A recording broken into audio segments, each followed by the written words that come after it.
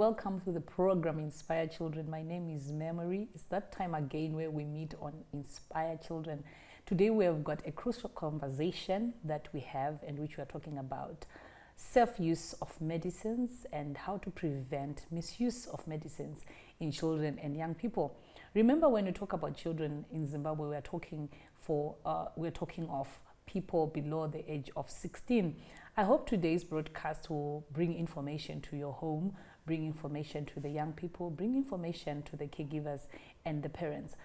As we talk about misuse of medicines, do you know that World Health Organization, it tells us that close to 200,000 children, they die across Africa due to misuse of medicine in one way or the other. And today, in this important conversation, I've got an expert who is going to help us to understand the dynamics around use of medicines and how they translate sometimes to misuse, and ultimately becomes one of the issues that we're concerned about, drug abuse in our country. I want to welcome to the program our guest, Mr. Davison Kayo. Mr. Dev, you are coming from Medicines Control Authority of Zimbabwe, and you're a special guest. I believe it was important to have a person from that particular organization to be with us to bring understanding. As we start the program, do you mind just giving us an overview of issues around medications, administration of medication in children, before we get into the details of some of the things that we want to talk about today? All right. Thank you so much for having us today on this wonderful program as we try to make sure that we protect the lives of our children. So what I will say is the overview of medicines and medication. Medicines really are important in our lives. They save a life, but they save lives, they prevent diseases and things like that. But in the event that they are not used in their correct manner, in the correct way, they can potentially be dangerous. So our mandate as the Medicines Control Authority of Zimbabwe is to make sure that the medicines that are available on the market, they are safe, effective, and are of good quality. So that is one of the role of, the key mandate of the authority where I come from. So what we have noticed that in society, due to probably lack of knowledge, understanding, and things like that, we have seen quite a number of people misusing medicines, thereby putting their lives at risk. But let me emphasize that medicines, they are important in our lives. Like I said, they save lives, they prevent diseases if used correctly, and if used as prescribed by medical practitioners. Thank you, Davison, for that overview. It's very important. Indeed, you are saying medication is there to save lives. It's very important. And every household should have some medication of some sort. So tell me something. How then can medicines, especially over-the-counter drugs, be misused by children? Is there a way can children, remember talking children, we're talking about younger children, of course, but we've got the teenagers, the adolescents. Can they misuse over-the-counter drugs? Yes. You see, every medicine has got a label, and one of those key instruction on that label says, keep out of reach of children. Why? Because we understand the dangers of exposing children to these kind of medicines and drugs. So we make sure that we always try to tell our users or our patients or people at home to make sure that they protect children from accessing medication. Why? Medicines should be taken in accordance to the instruction given by the manufacturer. So you see, there are some medication that then says, do not give to children under 12. Do not, for under 12 children, probably give so much and this much. Why? They know when these kind of medicines were being manufactured, they are aware that as children, as young people, their anatomy or their bodies are, you've got a certain amount of medicine that they can take. That's why they then give an instruction. But now, if we don't follow those kind of instruction, it can result in fatalities, it can result in overdose of medicines, it can result in a number of negative consequences which can affect our children. So then we've seen some over-the-counter medicines. I want to believe that when we talk of children, we also include teenagers. Yes. So you see, in this country, we've now seen a scourge of abuse of over-the-counter medicines. There are some medicines, where painkillers, for example, coffee mixtures, for example, that can be accessed over the counter. And now we have seen an increase in the misuse of those medicines. A medicine that is supposed to be treating cough is now being used by young people to get high, for example, or even painkillers. Instead of using to relieve the pain, we are seeing young people abusing those painkillers. I mean, to as they call it, to get high. So these are some of the dangers of misuse of over-the-counter medications. I want also to ask them to say that there are some medication that then says do not use continuously for more than 10 days. Certain time, yes, or without consulting your doctor. Why? Some medication, they tend to become addictive. So if you use it continuously without being the doctor checking on you and correcting the dosage and things like that, one can actually then become dependent on that medication. Or instead of that medication now to treat you of the ailment that you are suffering from, you are now depending on it for your day-to-day activities. You are now an addict of that medication. These are some, mostly it happens with painkillers. Yes, you just take a painkiller for the headache. You take it today, tomorrow, third day, fourth day. Before you know it, you have to pop a pill every morning before you do anything. Why? Because your body now depends on that. So those are some of the dangers that we face when people misuse some of these over-the-counter medicines. So we always advise people to, one, follow the instructions written on the labels of the medicine, and also to consult with their health professional before they take or use any medication. Thank you so much for that profound explanation, Davis. I believe these are very important insights that you're bringing to the homes. And I've seen often when I a certain pill for me, for my headache to go. They don't take anything else. I believe from what you're saying, though I think misuse addiction.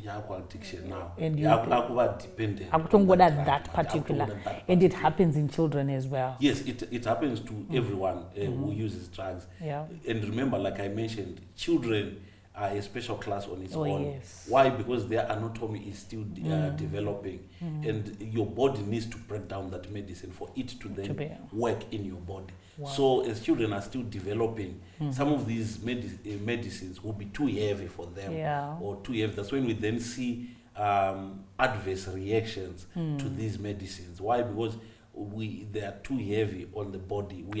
We are not following the manufacturer's specifications. Yes. Wow, thank you. So Mr. Davison, what you are speaking here is very, very important, because from the statistics that I highlighted later on, there is also a study that was done that is revealing that you actually have so many children in Africa who literally die from uses of medication, or they've had access to adult medication which they were not supposed to take. So what is it that then parents need to do to prevent children from accessing medication which endangers their lives? Yes, medicine safety is very, very key, and it's very, very important. So, I've mentioned before, medicine has got a label and it says keep out of reach of children. So we want to urge our parents to make sure that whenever there are medicines in the house, please keep it away, stored somewhere where children will not have access. This helps us to protect life, to save lives, and to prevent even abuse of those or misuse of that medicine. medicine. Well, I've seen some homes they do have medicines cabinets where they store medicines.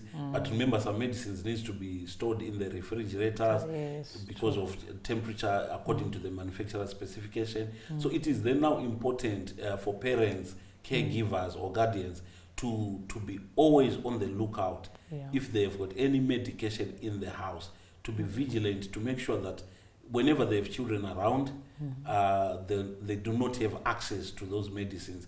Either they are stored in a medicine cabinet somewhere where it is safe, they can only be accessed when it's time to take that medication, or if they are stored in the refrigerator, they make sure that they keep it away from children. And another thing, remember, children are human beings as well. Yes, and they know and they understand these things. It is also then important for parents to have this kind of conversations with their children. Sit down with them, children. You see, this is drug A. Drug A works A, B, C, D. And if you take it, this is how it will affect you. So whenever you see this bottle, please put it back. Please do not open it. Please don't touch it. Please don't do ABC. Children are also, I mean, they are intelligent. They understand. They understand these things and they appreciate. So sometimes as parents, we also need to have these kind of conversations and not even to shout at children. Sometimes that's the problem. We don't communicate. We shout at children, so they will not understand. But if you sit down with them, discuss with them, make them understand, make them see the dangers, and it will help us in the long run.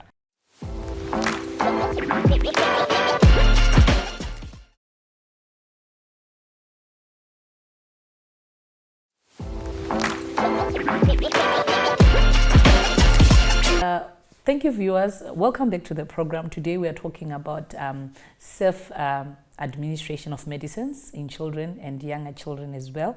And we have got Mr. Davis in the studio, and I believe you are learning. Please continue to join us. So, Mr. Davison, what could be those long-term issues that we can talk about?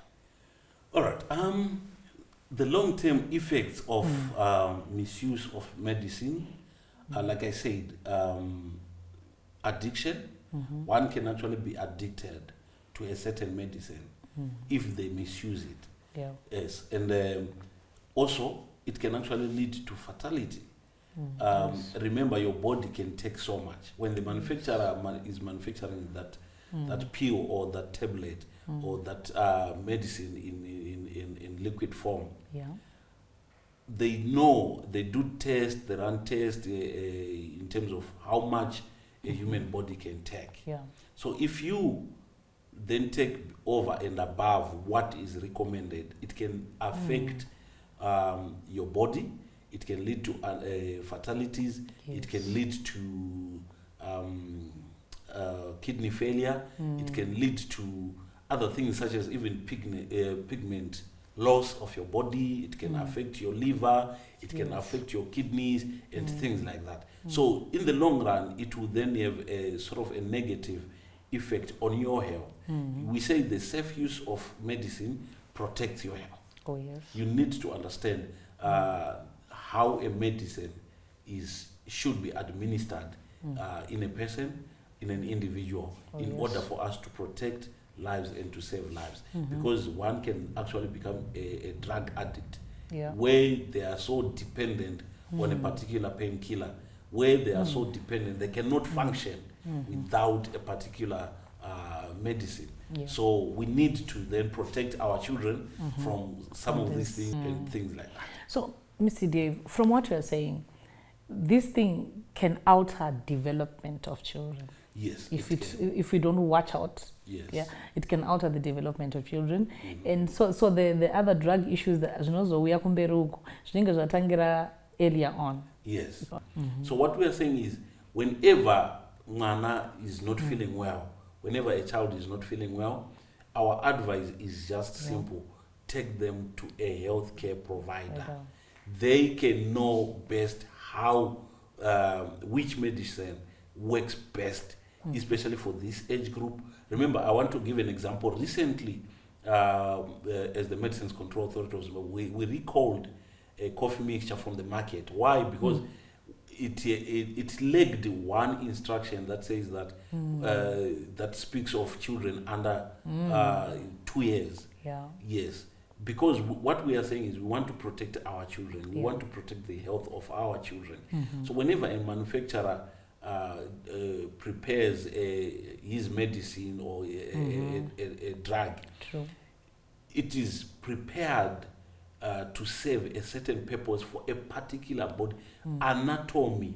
That's why they include that anatomy study in drug development. Oh, yes. Yes. Why? Because it is critical in terms of how it will affect the development of the child.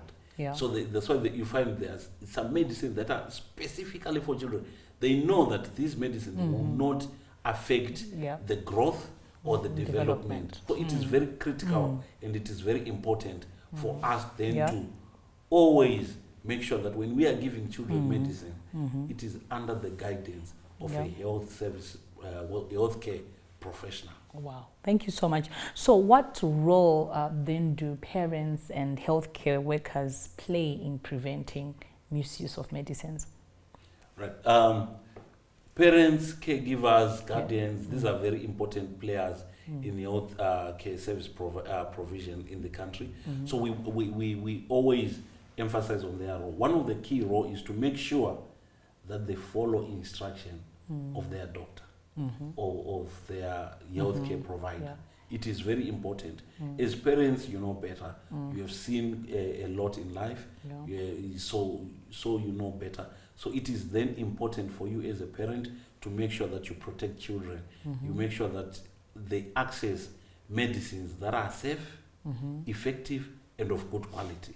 How do you do that? You make sure that before you administer any medicine, it is under the guidance of a healthcare professional, number one. Number two, you access that medicine from a source that has been licensed and that has been approved. One of the challenges that we have seen is that people are just buying antibiotics from the bus stop, from the streets, from those medicines are not safe. Why? Because as a regulator, we cannot vouch for their safety. We cannot vouch for their effectiveness. We cannot speak of their effectiveness. Why? Because we don't know how they got to come into the country.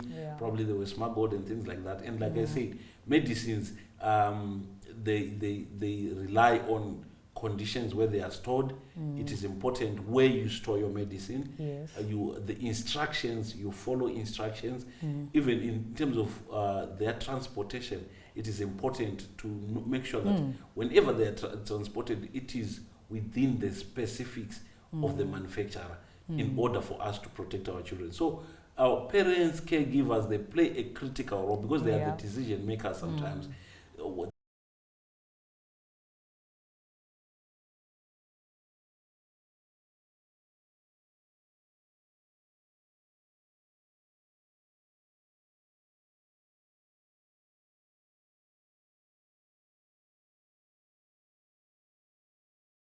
Licensed premises and never from the street, never from the saloon, or just getting a recommendation from a person next door. It is never safe or encouraged for you to do that.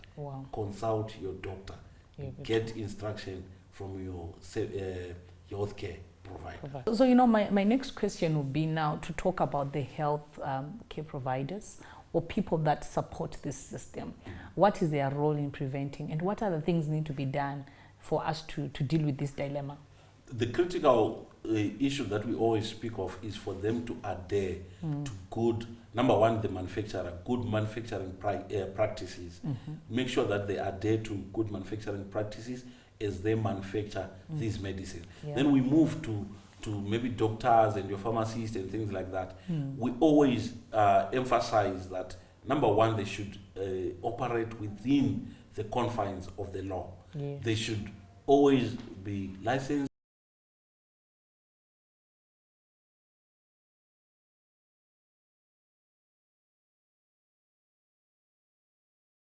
We know that people are chasing the dollar. Yes, everyone wants the money. But sometimes it's pointless just to give someone medicine. Probably they don't want, but just because you are after the dollar.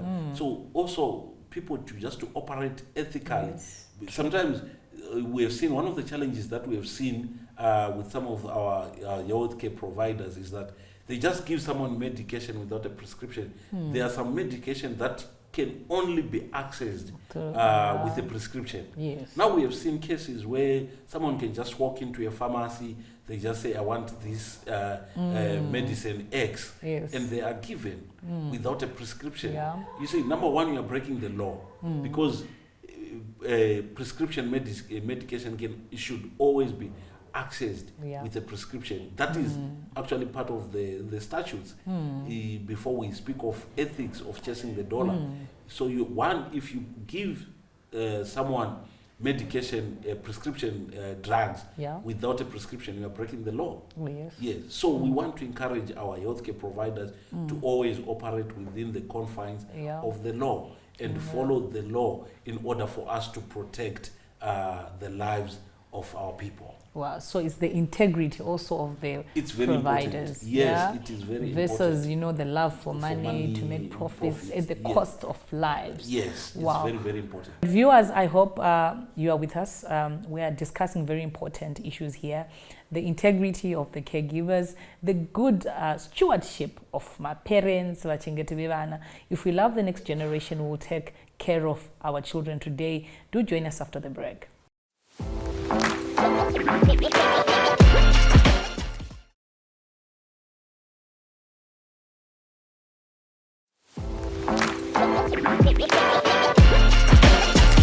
Welcome to the program, viewers. We are talking about safe administration of medicines in children and young people. So, Mr. Dave, as we come to the concluding of this discussion today, what are some of the things that the government and other authorities like you are doing to curb the challenges related to issues of medicines? All right. Thank you very much. You see, as the regulator of medicines in the country, one of the key roles that we play is we try to make sure that we rid the country or the nation of this scourge of misuse of medicines, drug and substance abuse, among other things. So we work together with other law enforcement agents such as your ZRP, your Zimbabwe Republic Police, other regulators like your Health Profession Authority, HBA, and other government agencies like your ZIMRA to try and to curb the smuggling of medicine into the country. We work with even the NPA in terms of prosecution of perpetrators of these things. So we try by all means to work with a number of other state agencies to try and to curb these challenges that we have in our country. I'm sure you have noticed that in conjunction with the Zimbabwe Republic Police, we have done quite a number of raids in terms of raiding places where medicines are being sold illegally. We have done here in Harare, we have done in Karoi, we have done in Mutare and Bulawayo. We have gone to a number of places where we're raiding some of these places where we have seen people are selling medicines illegally. Also, we have seen another rise in terms of selling medicines illegally on social media. Social media is good. It connects, it networks, it helps us to communicate. But the downside of it also is we have seen social media being abused by people selling medicines on social media. So what we've tried to do is we've tried to also have a dedicated people to monitor social media, the activities. And some of the people that we have seen selling medicines on social media, we have engaged them. Some we have referred for prosecution. Some we have engaged them and they will pull down their advert and things like that. Viewers, that was Mr. Dave Kayo, and he was sharing with us how important it is to administer medicines in a safe way. I believe you have learned today. If we love a generation, if we love our children, we will take care. We will not take shortcuts. We will be mindful of the interactions that we do as they develop and grow into better and responsible adults. If you have got any questions, do send us your questions. Do send us your remarks on our WhatsApp number. Thank you for joining us, and goodbye.